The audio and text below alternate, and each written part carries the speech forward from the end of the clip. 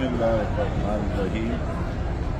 ये सामने जो कुआं है इसको पीरे गरस कहा जाता है और इसके मुताबिक ये जो लफ्ज़ है ये गरस भी पढ़ सकते हैं और गैन के पेश के साथ ये ज़म्मिल गैन गौरस ये भी पढ़ सकते हैं।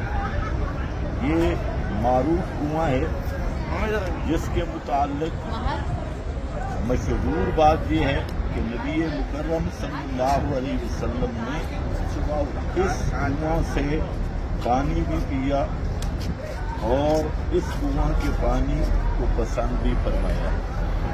इतनी बात तो तकरीबन तारीखी रिवायात मुत्तफ़िक़ हैं कि इमामुल अंबिया सल्लल्लाहु अलैहि वसल्लम इस कुआं पे तशरीफ़ लाते, इसका पानी भी पीते और पानी को पसंद भी फरमाते हैं।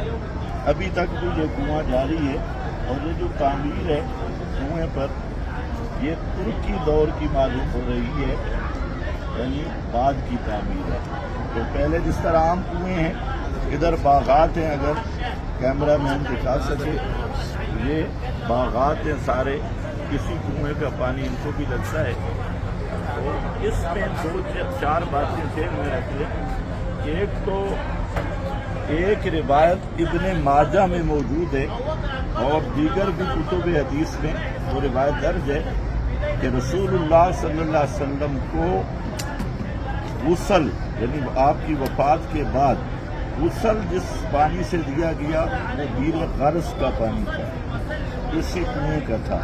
ये इब्ने माजा में हदीस की और भी कुतुब में है और उसमें एक साथ ये भी आ रहा है कि रसूलुल्लाह सल्लल्लाहु अलैहि वसल्लम ने हजरत अलीउल मुर्तज़ा रज़ी अल्लाह ताला अन्हु को हुक्म दिया कि जब मैं फौत हो जाऊं तो मुझे गुस्ल देना है तो पीरे गर्ज के पानी से गुस्ल देना है। लेकिन इन रिवायात का एक जो रावी है अब्बाद बिन याकूब, ये अब्बाद बिन याकूब के मुताल्लिक तहज़ीबुल कमाल में भी तहज़ीबुल तहज़ीब में भी और भी बहुत सारे हजरात ने लिखा है कि ये बुजुर्ग जो था ये राफ़िज़ियुन था और दाइयन इला रिफ़्ज़ था।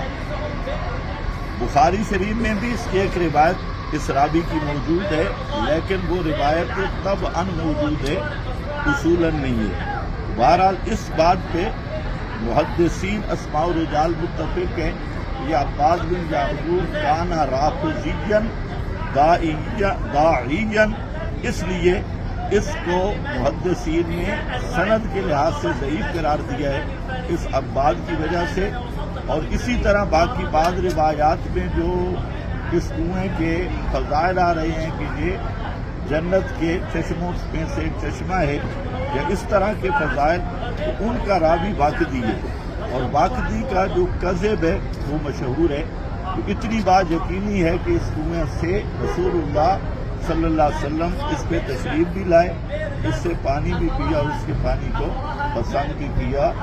इतना चीज़ काफ़ी है कि रसूलुल्लाह सल्लल्लाहु अलैहि वसल्लम के वजूद अक़दस आपके पाँव मुबारक का इस कुआं के साथ लगना, इसके इर्दा गिर्द और पानी पीना, बस ये इसकी फजीलत के लिए काफ़ी है।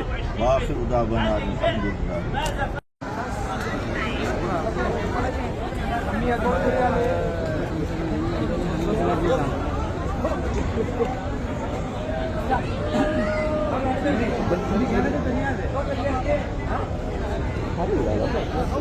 Okay.